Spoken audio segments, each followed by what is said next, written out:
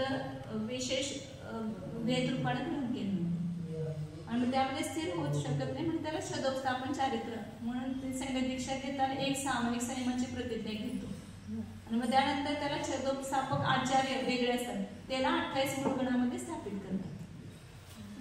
मग तिथं असं संघामध्ये अनेक आचार्यांची हे असते ना, पुढे मोठे मोठे संघाचे असते, निरापक आचार्य वेगळा, शतोपस्थापक आचार्य वेगळे, असे अनेक आचार्य असतात संघामध्ये।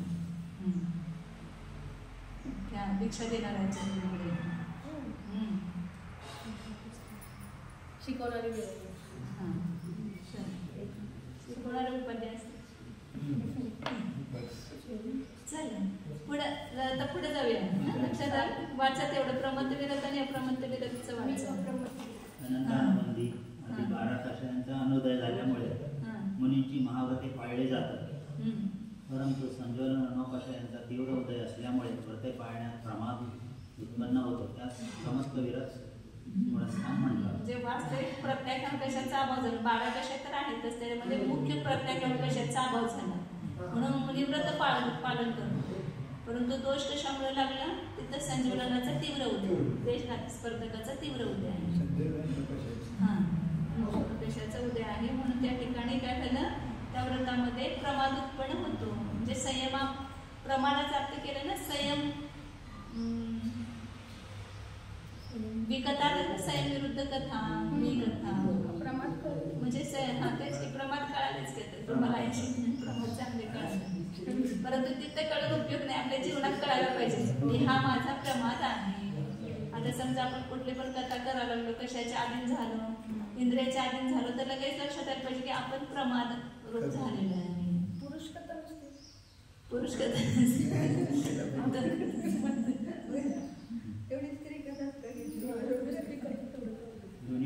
असं 25 कथा घेतल्या की आता पुढे निष्ठूर कथा, वगैरे 25 घेतले की स्त्रिया आणि पुरुषांची कथा चला पुढे। जे रागद्वेष उत्पन्न करणाऱ्या कथा त्या सगळ्या विकट आहेत, लक्षात घ्या, ज्याच्यामुळे रागद्वेष होतात, वाढतात, ते सगळ्या विकटच आहे। आणि आपल्या आत्मस्वरूपामध्ये स्थिर होणारी कथा ती सगळी संकट कथा म्हणायची। चला पुढे 7वं वाचन। अप्रमत्त विरत ग्रहस्थान कशास म्हणतात, ज्यामध्ये संज्वलन व 9 कषाय यांच्या मंद उदयाने प्रमाद रहित संयम पाळला जातो, त्यास अप्रमत्त विरत ग्रहस्थान म्हणतात। आणि असं पण सामान्य कथन केलं जातं, 7व्यामध्ये ध्यानामध्ये आला की 7व्यामध्ये येतो आणि भयाला की 6व्यामध्ये येतो, हे पण स्थूल कथन आहे, असं नाही। आता शिकत असताना सुद्धा 7व्यामध्ये जाऊ शकतो, आहार करताना पण 7व्यामध्ये जाऊ शकतो। म्हणजे मुनीराज कोण जो बावलिंगी मुनी असतील समजा, तर 6वं 7वं हे ऑटोमॅटिक त्यांचं चालूच असते सारखं।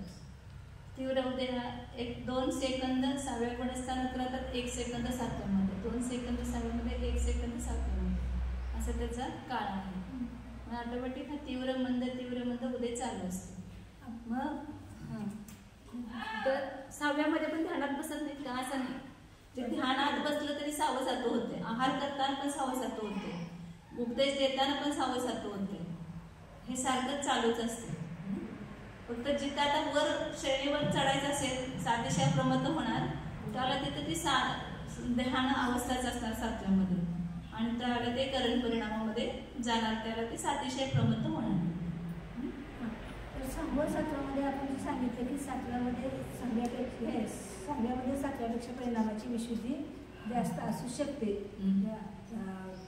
शपक श्रेणीमध्ये तर मग आपण लावतानाच मुळात गुणस्थान हे परिणामाच्या विशुद्धीवरूनच लावलेले आहे, तर मग 7व्यापेक्षा 6व्यात विशुद्धी आहे, तर मग तो 7वा का नाही, विशुद्धी जर 7व्यापेक्षा त्याला अजून तिथं संजीवनाच्या ह्या उदयावरून 6वं गुणस्थान 7वं गुणस्थान ठरवलं, मग संजीवनाचा तीव्र उदय आहे तरी परिणामाची विशुद्धी आहे, असून पण तिथं परिणामाची तेवढी विशुद्धी नाही, ते उदय वेगळं आहे आणि विशुद्धी। आणि कसं असते, संयमाचे स्थान वेगळे असतात, विशुद्धीची स्थानं वेगळी असतात, संयमलब्धी स्थान वेगळे आणि विशुद्धी स्थान वेगळे। आता ते वरचे जे आता तुम्हाला संयमलब्धी स्थानाचे असंख्यात लोक प्रमाण भेद आहे, तर त्यात असं कुठं हे आखलेलं नाही की हे 6व्या गुणस्थानात होतील आणि हे 7व्या गुणस्थानात होतील, असं आखलेलं नाहीये. त्या 6व्यामध्ये असताना सुद्धा ते होऊ शकतात आणि 7व्यामध्ये असताना पण ते स्थान होऊ शकते. फक्त तिथं 6वं 7वं ठरवायचं हे फक्त ह्याच्यावर आहे. तीव्र संजोगासारखं तीव्र उदयाने तर मंद उदय. विशेष या गुणस्थानाचे 2 भेद आहेत. एक स्वस्थान अप्रमत्त आणि सातिशय अप्रमत्त. जिथे वारंवार 6व्या गुणस्थानातून 7व्यात व 7व्यातून 6व्यात जाणे येणे होते त्यास स्वस्थान अप्रमत्त म्हणतात आणि जो श्रेणी चढण्याच्या सन्मुख होतो त्यास सातिशय अप्रमत्त म्हणतात. 7व्या गुणस्थानाचे 2 भेद केले, सातिशय अप्रमत्त आणि स्वस्थान अप्रमत्त. 6व्याचे काही भेद नाही, 7व्याचेच भेद आहे. अप्रमत्त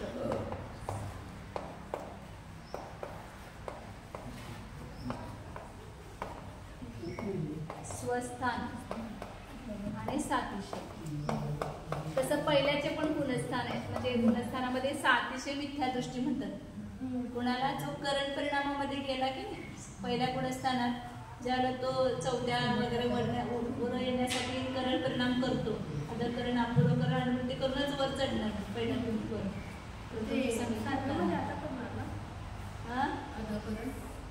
नाही आता सांगते की नाही, तुम्हाला पहिल्याचं पण सांगायला. सातिशय मिथ्यादृष्टीमध्ये तो सातिशय मिथ्यादृष्टी कधी म्हणतात, ज्याला सम्यक प्राप्त करण्यासाठी 3 करण परिणाम करतो, अधकरण अपूर्वकरण अनुकरण तिथं पण होतात. 7 करण हे 3 करण हे दर्शन होण्याचा आणि चारित्र होण्याचा, जिथं जिथं उपशम आणि क्षय होईल तिथं 3 करण परिणाम होतातच नेमानं. उपशमाला पण 3 करण परिणाम लागतात आणि क्षयाला पण.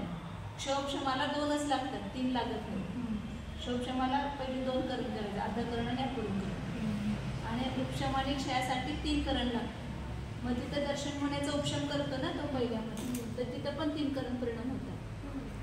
आता तिथले 3 करण परिणामाची विशुद्धी वेगळी, इथल्या 3 करण परिणामाची विशुद्धी वेगळी. असे 3 करण परिणाम जिथे जिथे करतो ना तिथे ते गुणश्रेणी जे स्थानं सांगितलेत ना, सम्यक दृष्टी, श्रावक, विरत, अनंतानबंदी विसंयोजक, दर्शन मोहक्षपक, उपशांत उपशमक, शांत मोह, असे जे स्थान आहेत ना, तर तिथे सगळे 3 करण परिणाम झाले जिथे जिथे, तर त्याची प्रत्येकाची विशुद्धी वेगवेगळी आहे, प्रत्येक ठिकाणी कार्य वेगवेगळं आहे. स्वरूप समान आहे प्रत्येक ठिकाणी करण परिणामाचं, परंतु कार्य वेगळं वेगळं आहे प्रत्येक ठिकाणी. ते कशासाठी केले, कशासाठी केले, तर वेगळं कशासाठी केलं. तर आता इथं मिथ्यात्वामध्ये सांगितलं तुम्हाला सातिशय मिथ्यादृष्टी कधी म्हणतात, तर तिथं तो कृतवून संकेत करण्यासाठी ज्याला करण परिणामामध्ये प्रवेश करतो तर तिथं त्याला सातिशय मिथ्यादृष्टी म्हणतात. 2 करण क्षम करतो तेव्हा कुठले 2 करण परिणाम अधकरण आणि अपूर्वकरण. मग हे स्वस्थान अप्रमत्त कुणाला म्हणायचं की जो वर चढण्यासाठी सन्मुख झालेला नाही. 6व्यातून 7व्यात, 7व्यातून 6व्यात, 6व्यातून 7व्यात असं जास्त होत राहतं, त्याला म्हणायचं स्वस्थान अप्रमत्त. आणि ज्या वेळेला तो उपशम श्रेणी किंवा शपक श्रेणी चढण्यासाठी करण परिणाम प्रारंभ करतो, म्हणजे अधकरण करतो, परिणामाची विशुद्धी वाढत जाते आणि 6व्यातून 7व्यात जाईल आणि 7व्यात पण विशुद्धी वाढत ज्या वेळेला जातो आणि त्याला 3 करण परिणामाच्या द्वारे हे करतो, दर्शन होण्याचा उपशम करतो किंवा क्षय करतो. ते सगळं झाल्यानंतर उपशम श्रेणी चढण्यासाठी ज्याला तो अधकरण परिणामामध्ये येईल त्यावेळेला त्याला सातिशय म्हणतात. 8वं तर अपूर्वकरण आहे. उपशम श्रेणी चढतो की नाही त्यावेळेला पहिला काय करणार, अधकरण. हे कुठल्या गुणस्थानात होतं, हे 7व्या गुणस्थानातच होतंय अधकरण परिणाम. त्यासाठी वेगळं गुणस्थान ठेवलं नाही. हे अधकरण परिणाम 7व्या गुणस्थानावर असतानाच होणार. तर ज्याला हे अधकरण करायला सुरुवात करेल तर त्याला सातिशय अप्रमत्त म्हणतात. म्हणजे पहिल्यांदा कसं आहे, उपशम श्रेणी चढायची समजा, तर त्यासाठी काय करावं लागतंय, आता तो पहिल्यांदा उपशम श्रेणी चढणारा शावशम समेत दृष्टी असेल, वेद समेत दृष्टी, तिथे काय आहे, समेत प्रकृतीचा उदय आहे, बाकी 6 प्रकृतींचा उदय नाही, उदय भविष्य आहे.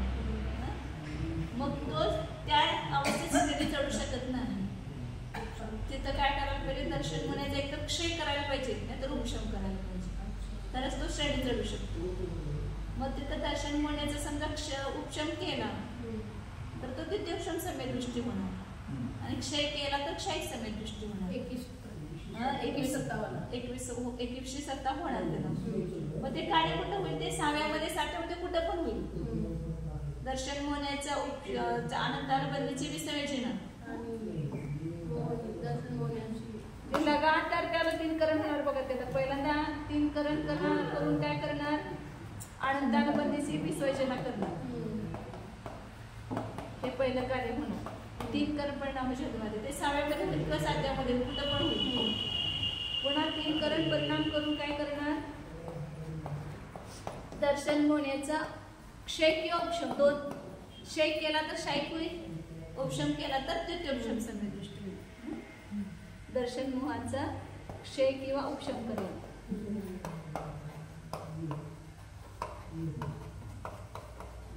किंवा क्षय करेल.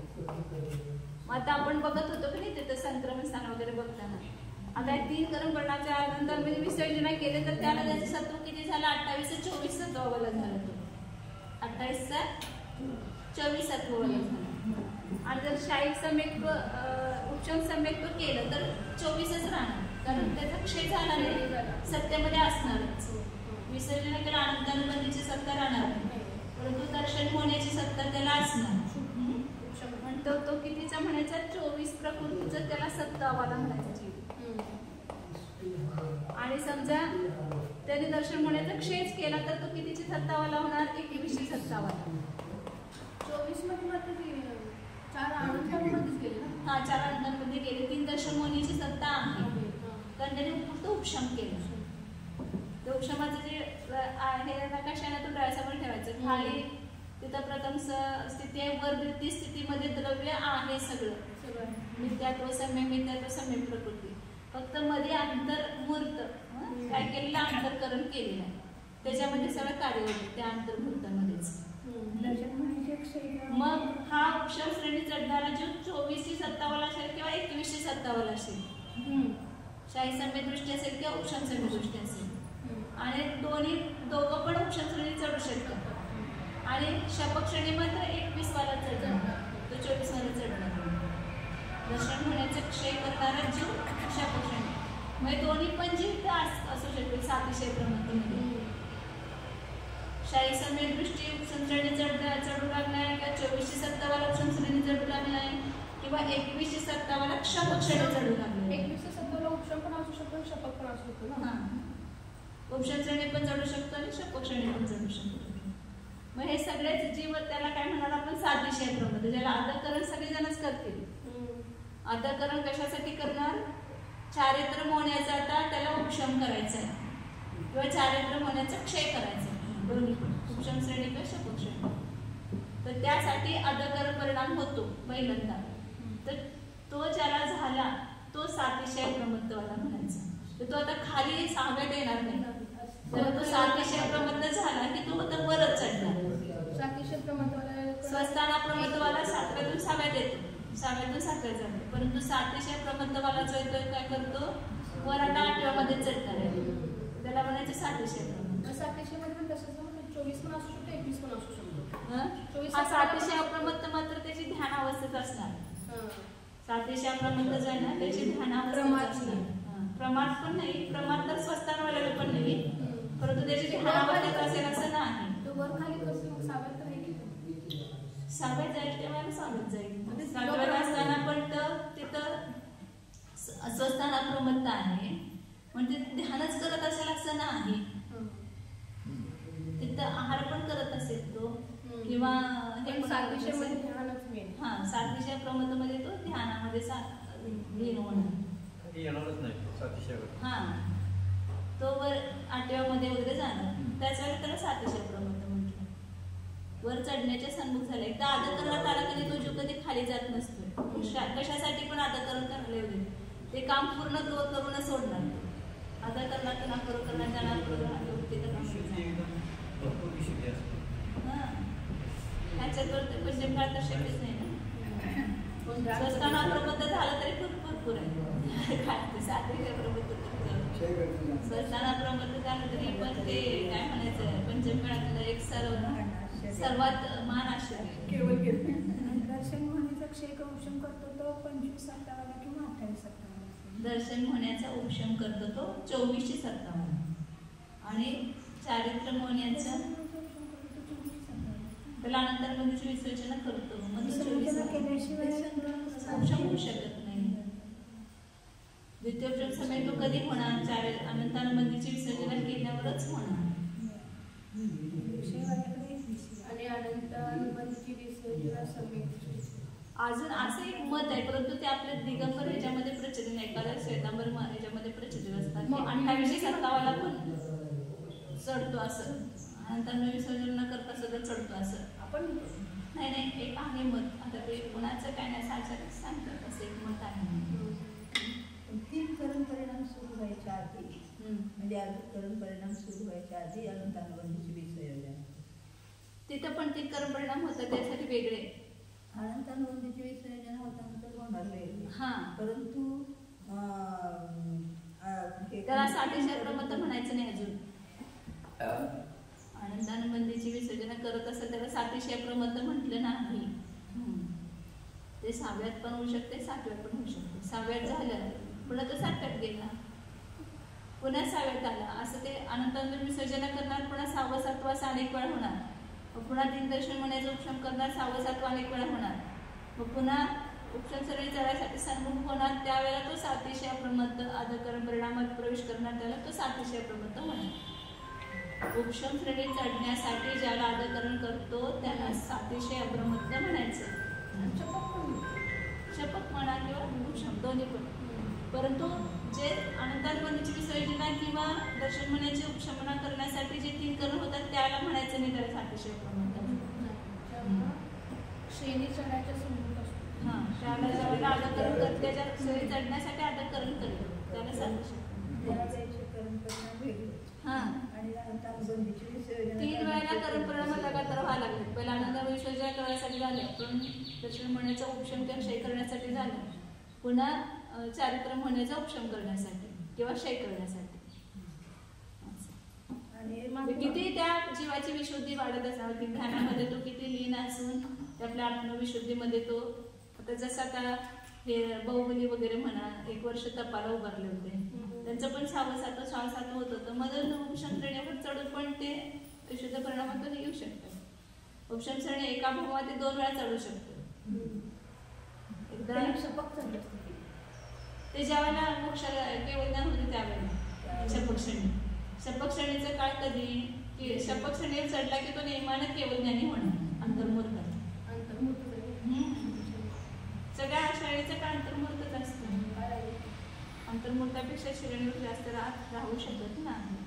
झालं काही 60 आता 7व्या आणि 6व्या मध्ये कुठून कोण येते? 6व्या गुणस्थानवरती जो आहे 3 करण परिणाम सांगितले. म्हणजे पहिले अनंतानंदीसाठी तो करणार क्रम असेल ना त्याला. कुठं हे 3 करण परिणाम करताना पहिल्यांदा अनंतानंदीसाठी करेल म्हणजे विसर्जन करताना. दुसऱ्यांदा दर्शन होण्याचे करण्यासाठी मग चारित्र्य होण्यासाठी असा क्रम तसं सांगितलं. 4थ्या 5व्या गुणस्थानात होऊ शकते. तिथं अनंतानंदीचे विसर्जन हा काय चारिकतेमध्ये होऊ शकते.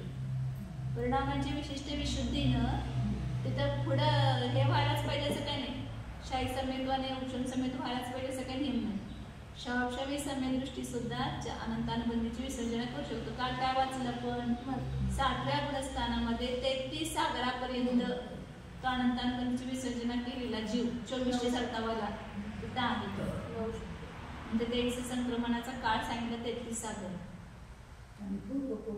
किंवा 2 त्याचं ते वेगळं ते शाही समेतांचं काळ. शाही समेत 21 आहे. 21 संक्रमणाचं पुढे चला. अडकरण सांगायचं ते सगळं बोलून ना. ज्यांना आधीच अनंतानंदीची संयोजना केली तो 2च करण करेल. ज्यांना आधी 4थ्या किंवा 5व्या अनंतानंदीची संयोजना केलेली आहे 2 वेळा असं म्हण 2 करण म्हणून नका 2 वेळाला म्हणजे एकदा उपशम डायव्हर्शनमुळे तो उपशम करण्यासाठी आणि उपशम चढण्यासाठी. हे वेगळं आहे आणि सातिशय वेगळं आहे, ते मिक्स झाले. मी काय विचारणार की ज्यांना अनंतानुबंधीची संयोजन केलेली आहे, अगोदर केलेली आहे, आता त्याला परत करायची गरज नाही. संत असली तरच करणार ना, नसली तर कशाला करायची गरज आहे. परिणाम करेल. आता काय सांगत होतं मी, हे सगळं सातिशय प्रमत्त. तर सातिशय प्रमत्तामध्ये काय करतो तो खाली त्यांनी तो खुलासा केलाय बघा. शाईक सम्यक्दृष्टी व द्वितीयोपशम सम्यक्दृष्टी हेच श्रेणी चढण्यास पात्र आहेत. म्हणून शौशम समेत कुठपर्यंत हे कारण सगळे लक्षात ठेवायचं. श्रेणी कोण चढू शकतो, एक तर उपशम किंवा शाही सम्यक्दृष्टीच. मग शौशम समेत कुठपर्यंत असणार, 7व्यापर्यंतच असतं. त्याच्या पुढे शौशमी समेत नसते. म्हणजे तुम्हाला कधीच विसरणार नाही. असे जर ठोकताळे लक्षात ठेवले तर पाठ करून लक्षात ठेवायचं म्हटलं तर ते शक्य नाही. समजून घेऊन लक्षात ठेवला तर लक्षात राहते. त्यांनी सांगितले ना, तृतीयोपशम सम्यक्दृष्टी व शाही सम्यक्दृष्टी श्रेणी चढण्यास पात्र आहे. शौशमी सम्यक्दृष्टी श्रेणी चढू शकत नाही. झोपू नका. प्रारंभी प्रथमोपशम समेत्वाला सोडून शायोपशामिक समेत धारण करतो. नंतर अनंतानुबंधी चतुष्टयाचे विसंयोजन करून दर्शन मोहनीयाच्या 3 प्रकृतींचा उपशम करून द्वितीयोपशम सम्यक्दृष्टी होतो, अथवा तिन्ही प्रकृतींचा क्षय करून शाईक सम्यक्दृष्टी होतो. असा जीव श्रेणी चढण्यास पात्र होतो. ते सांगितलं तुम्हाला. आता श्रेणी चढण्याचे 2 प्रकार आहेत, उपशम श्रेणी आणि शपक श्रेणी. म्हणजे एकाचा पुरुषार्थ कमी आहे आणि एकाचा पुरुषार्थ जास्त आहे. एक शत्रूला नाश करावा लागला आणि एक शत्रूला दाबा लागला. त्याच्यामध्ये नाश करण्याचं सामर्थ्याने तो काय करतो, दाबून ठेवतो त्या शत्रूला, आपल्या अधीन करून ठेवतो. तसा उपशम श्रेणी चढणारा काय करतो, सगळ्या 4 क्रम होण्याला दाबून ठेवतो, म्हणजे उपशम करतो. म्हणजे त्याची विशुद्धी कमी आहे म्हणून तो क्षय करण्याची लायक नाही त्याची विशुद्धी, म्हणून तो उपशम करतो. मग तिथं पहिल्यांदा काय करणार, तो उपशम श्रेणी चढण्यासाठी अध्याकरण करतो. पुढे त्यांनी उपशम श्रेणी शपक श्रेणीचं पुन्हा हे सांगितलं, झोपू नका, झोपताय. दुपारी 10 मिनिटं विश्रांती घेऊन यायचं, तर मग काय होतंय, शास्त्राला बसलं की झोपायचं नाही. ज्ञानावरण करण्याचा तीव्र बंद होतो, दर्शन करण्याचा तीव्र बंद होतो. ते आता ही प्रथमोपशम सम्यक्दृष्ट खालच्या ह्याच्यातच झालं काय, त्याला पुरस्कारमध्ये मुलीने द्वितीयोपशम घेतलं. हा बरोबर. प्रथम तुम्हाला 2 समेतमधलं पहिल्यांदा सांगितलं होतं ना अंतर, प्रथम समेत आणि द्वितीयोपशम समेतामध्ये काय अंतर आहे, तो पहिल्यांदा अनादी असं लावायचं नाही असं सांगितलं होतं. पहिल्या गुणस्थानातून जे सम्यक्त होतं ते प्रथमोपशम, आणि 4थ्या 5व्या 6व्या 7व्या गुणस्थानातून जे उपशम समेत होतं त्याला द्वितीयोपशम समेत म्हणायचं. द्वितीयोपशम समेत विशिष्ट श्रेणी चढण्यासाठीच होते. मिथ्यात्व गुणस्थानातून जे उपशम समेत होतं त्याला म्हणायचं प्रथमोपशम. पहिल्यांदाच होते ते प्रथम समेत असंख्यात वेळा होऊ शकते. किती वेळा होऊ शकते, मग दृष्टांत झालं काय म्हणाल त्याला. पहिल्या गुणस्थानातून जे उपशम समेत होतं त्याला म्हणायचं प्रथमोपशम. आणि श्रेणी चढण्याच्या पूर्वी जे 4थ्या 5व्या 6व्या 7व्या 4 गुणस्थानांपैकी कुठेही जे उपशम समेत होतं त्याला म्हणायचं द्वितीयोपशम. म्हणजे शावशमिक सम्यक्त्वातून होते. द्वितीयोपशम समेत कुठून होते, शावशमिक सम्यक्त्वातून. आणि प्रथमोपशम समेत मिथ्यात्वातून होते.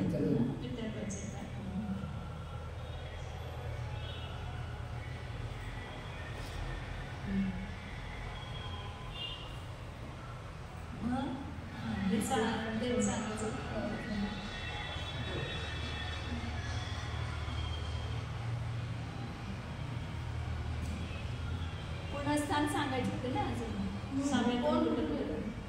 परिणाम, पहिल्यांदा परिणाम कसे असतील त्या जीवाचे, पूर्ण निवृत्ती रूप, पूर्ण विरती रूप.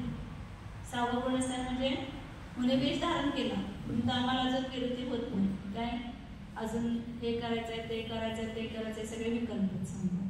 आरंभाचे परिग्रह ठेवण्याचे विकल्प आहेत सगळे, तर तिथं त्याला पूर्ण विरतिरूप भाव झाले का नाही.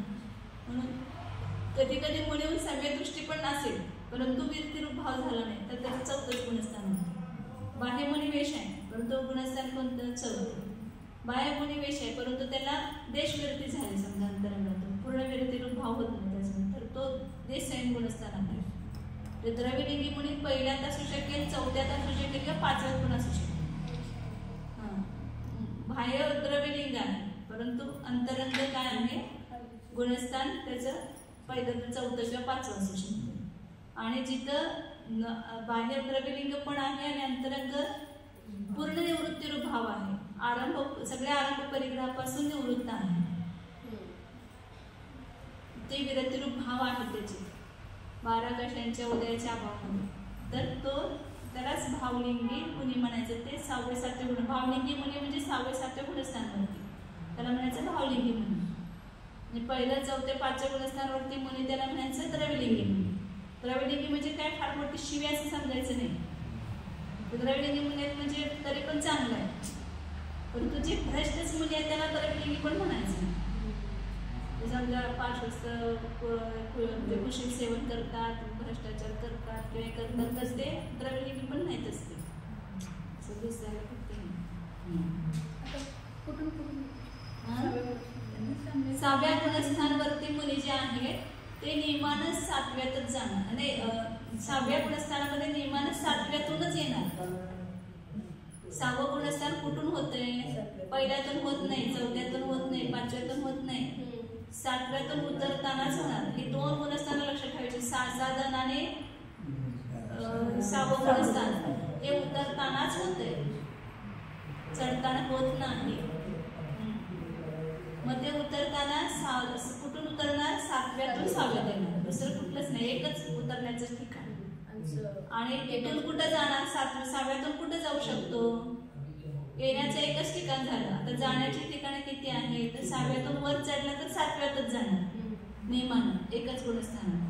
आणि उतरला तर तो 5व्यात पण जाऊ शकतो, डायरेक्ट 4व्यात पण जाऊ शकतो, 3ऱ्यात पण जाऊ शकतो, 2ऱ्यात पण जाऊ शकतो आणि पहिल्यात पण जाऊ शकतो. 5 सगळ्या क्रमाने येणार नाही, डायरेक्ट 6व्यातून 5व्या, डायरेक्ट 6व्यातून 7व्यात जाऊ शकतो, 6व्यातून 3ऱ्यात किंवा 6व्यातून 2ऱ्यात, 6व्यातून पहिल्यात. जसं उदय येईल तसंच येईल, तो क्रमाने यायला पाहिजे असा नियम नाही. 6व्या गुणस्थानात मिथ्यात्वाचाच उदय आला समजा त्याला, तर तो डायरेक्ट पहिल्या 6व्यातून मिथ्या दृष्टी सोडणार, पहिल्याच गुणस्थानात जाणार. आणि प्रथम सामयिकवाच्या काळामध्ये त्याला समजा अनंतरमध्येचा उदय आला तर तो दुसऱ्यात जाणार. पण प्रथम साम्य दृष्टी 6व्या गुणस्थानात पण आहे ना, तर तो 6व्यातून 2ऱ्यात येणार. आणि याचा उदय आला तर साम्य मिथ्यात्वाचा उदय आला तर 3ऱ्यात येणार. 3ऱ्यातनं 6व्यात जाऊ शकणार नाही, परंतु 6व्यातून 3ऱ्यात जाऊ शकतो. म्हणजे येण्याचे सगळे आहेत, येण्याचे सगळे 5चे 5 आहेत, तर तो फक्त 7व्या. आणि 7व्यातून कसं होणार? उतरला तर 6व्यात, चढला तर 8व्यात. 2च मार्ग, चढण्याचा एक आणि उतरण्याचा एक. फक्त मेला तर 4थ्यात जाणार डायरेक्ट. आणि 6वा महिना 4थ्यात जाऊ शकतो डायरेक्ट, 4थ्यातच. मग सगळ्या वरच्या गुणस्थानावरती मेलं तर नियमाने 4थ्यात जातात. वेगळ्या गतीमध्ये त्यांचं 4थं गुणस्थान होतं, ते देवगतीचा पहिला समय असणार किंवा शाही समय दृष्टी असेल तर तो 4थ्या गुणस्थानातून नरकात वगैरे जाऊ शकतो. 7व्यातून उतरला तर 6व्यात, चढला तर 8व्यात, आणि मारला तर मेला 4थ्या. मेला तर मरे तो 4थे पूर्लोज आहे. एक वाक्य लक्षात ठेवायचं, मरे तो 4थे पूर्लोज आहे. मेला कुठल्या पण गुणस्थान वरच्या, मरणाचं गुणस्थान कुठलं पण असू शकते, परंतु विग्रहगतीचं गुणस्थान 4थंच असतात वरच्या सगळ्या गुणस्थानावरतींचं. विग्रहगतीमध्ये 3च गुणस्थान असतात, पहिलं, दुसरं आणि 4थं. विग्रहगतीची 3 गुणस्थान, पहिलं, दुसरं, 4थं. मिथ्यात्व सहित मरण पावला तर तो पहिल्या गुणस्थानात जाणार. दुसऱ्या गुणस्थानात मरण पावला, अजून दुसरं गुणस्थान संपलं नाही परंतु मरण पाहू शकतो तिथं, मग तिथं दुसरं विग्रहगतीमध्ये दुसरं गुणस्थान असतं. पहिलं, 4थं, पहिलं, दुसरं आणि 4थं. 1, 2 आणि 4 विग्रहगतीमध्ये विग्रह म्हणजे 1, 2, 4 हां आणि दुसऱ्या नियमामध्ये हां आणि चौथे पाचवे गुणस्थानवरती पुन्हा द्रव्यलिंगी म्हटलं. हां चौथे पाचवे द्रव्यलिंगी म्हटलं ते सम्यक्ताच्या अपेक्षेने. सम्यक्त्व तर आहे परंतु भावलिंग नाही म्हणजे निवृत्तीरूप परिणाम नाही. आरंभ वगैरे आहे समजा आरंभाचे भाव झाले परिग्रह ठेवण्याचे भाव झाले तर तिथं गुणस्थान त्यांचं बरं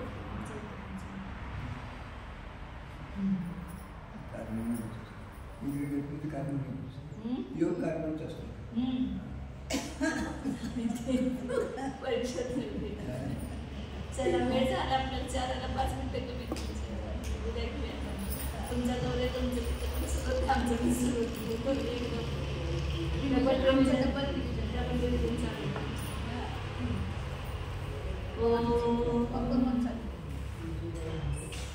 जाना हामी शुद्ध चैतन्यमय जीव चांगले ज्ञान दर्शन संपन्न एकत्व विभक्त स्वरूप ज्ञानानंद स्वरूप तन्वोत्कीर्ण न्यायक स्वरूप शुद्ध एकोहम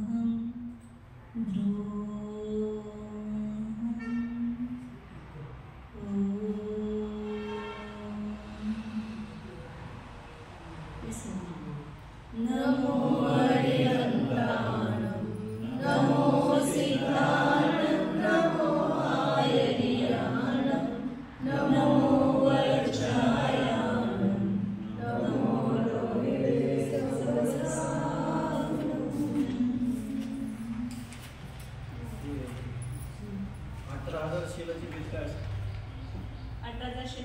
तीन करण 3 गुप्ती ते 4 संज्ञापासून विरत महाराज बुड्यांचं बनवलं. हां 4 संज्ञा 8 बाय मैत्र परिणाम 5 इंद्रियांच्या विषयापासून निवृत्त नंतर 10 दश प्राणी संयम 10 प्रकारचा प्राणी संयम दशलक्ष धर्म असं 3 गुणिले 3 आणि 3 गुणिले 9 9 चौक 36 36 पंचे 180 180 पंचे 10 1800 1800 गुणिले 1800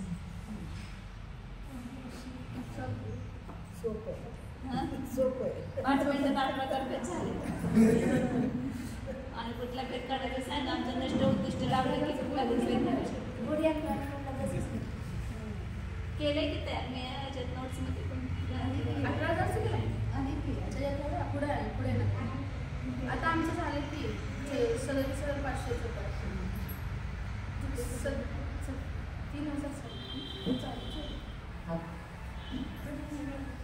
3,000 500चं तयार केलं ना त्याच्यात गोष्ट काय की सर 500चं